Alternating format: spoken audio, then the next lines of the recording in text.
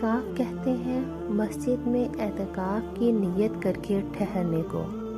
حنفیہ کے نزدیک اس کی 3 قسمیں ہیں۔ ایک واجب جو منت اور نظر کی وجہ سے ہو، جیسے یہ کہے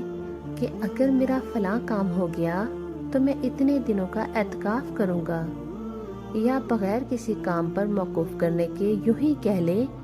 کہ میں نے اتنے دنوں کا اعتکاف اپنے اوپر لازم کر لیا، یہ واجب ہوتا ہے اور جتنے دنوں کی نیت کی ہے اس کا پورا کرنا ضروری ہے۔ دوسری قسم سنت کی ہے، جو رمضان المبارک کے آخر عشرے کا ہے کہ نبی اکرم صلی اللہ علیہ وسلم کی عادت شریفہ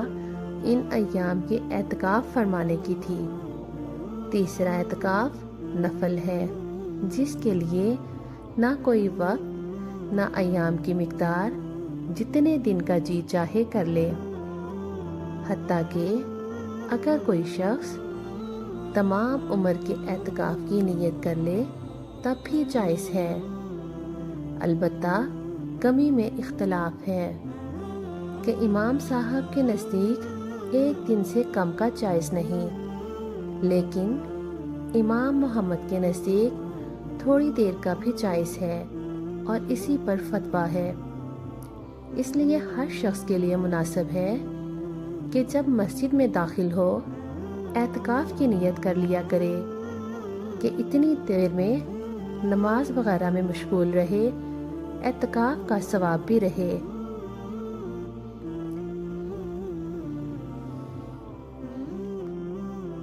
سلف صالحین ہمیشہ اس کا اہتمام کرتے تھے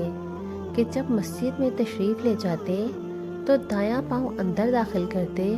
اور اعتکاف کی نیت فرماتے تھے، اور بسا اوقات خدام کی تعلیم کی غرض سے آواز سے بھی نیت فرماتے تھے۔ اعتکاف کا بہت زیادہ ثواب ہے اور اس کی فضیلت اس سے زیادہ کیا ہوگی کہ نبی اکرم صلی اللہ علیہ وسلم ہمیشہ اس کا اہتمام فرماتے تھے۔ معتکف کی مثال اس شخص کی سی ہے کہ کسی کے در پر جا پڑے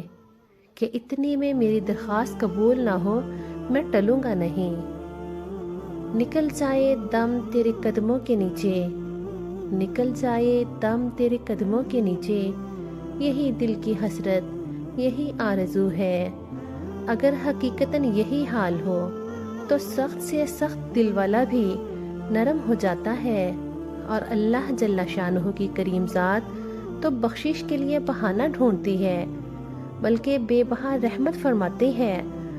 تو وہ داتا ہے کہ دینے کے لیے، تو وہ داتا ہے کہ دینے کے لیے، در تیری رحمت کے ہیں ہر دم کھلے۔ خدا کی دین کا موسیٰ سے پوچھئے احوال، خدا کی دین کا موسیٰ سے پوچھئے احوال، کہ آگ لینے کو جائیں پیغمبری مل جائے۔